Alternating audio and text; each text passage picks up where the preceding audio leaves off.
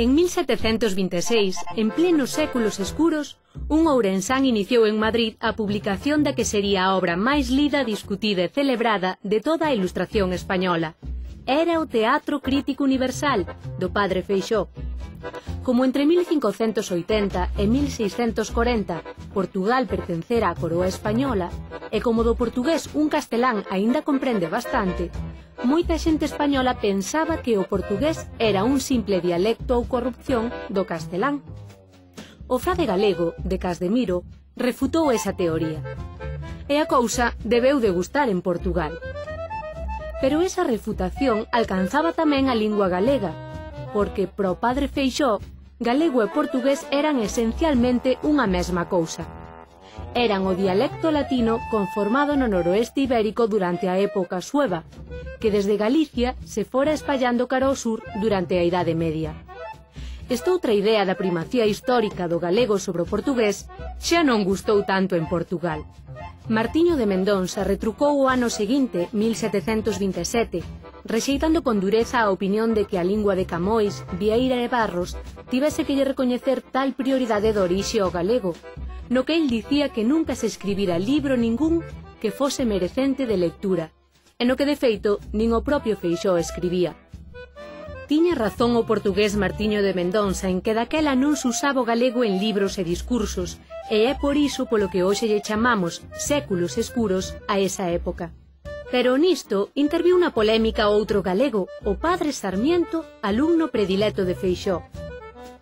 O frade pontevedrés sentou a afirmación de que a falta de publicacións en galego non era unha eiva conxénita, senón unha doenza provocada, e que con que se tomasen medidas educativas e políticas, en pouco tempo poderíase poñer en galego todo canto había escrito non só en castelán, senón tamén en grego e en latín.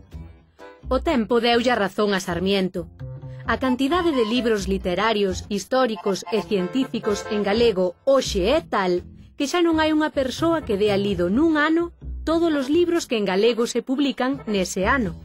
Se ben se mira, a moderna historia da nosa lingua é un esforzo destinado a corroborar a afirmación de Sarmiento de que en galego se pode escribir, e escríbese, de todo. Ben falado.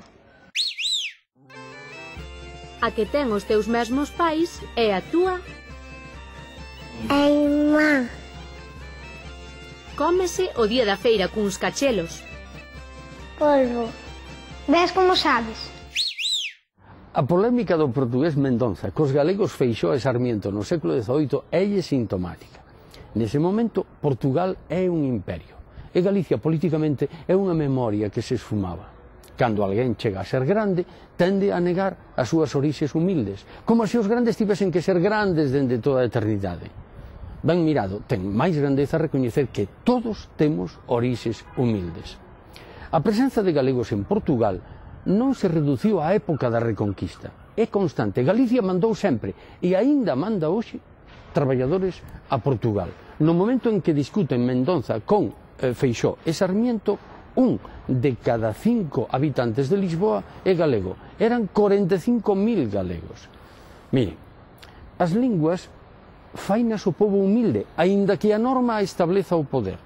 A lingua ven sempre de abaixo. E esta constante presenza de galegos en Portugal é o que explica que aínda hoxe o portugués se pareza tanto ao galego. A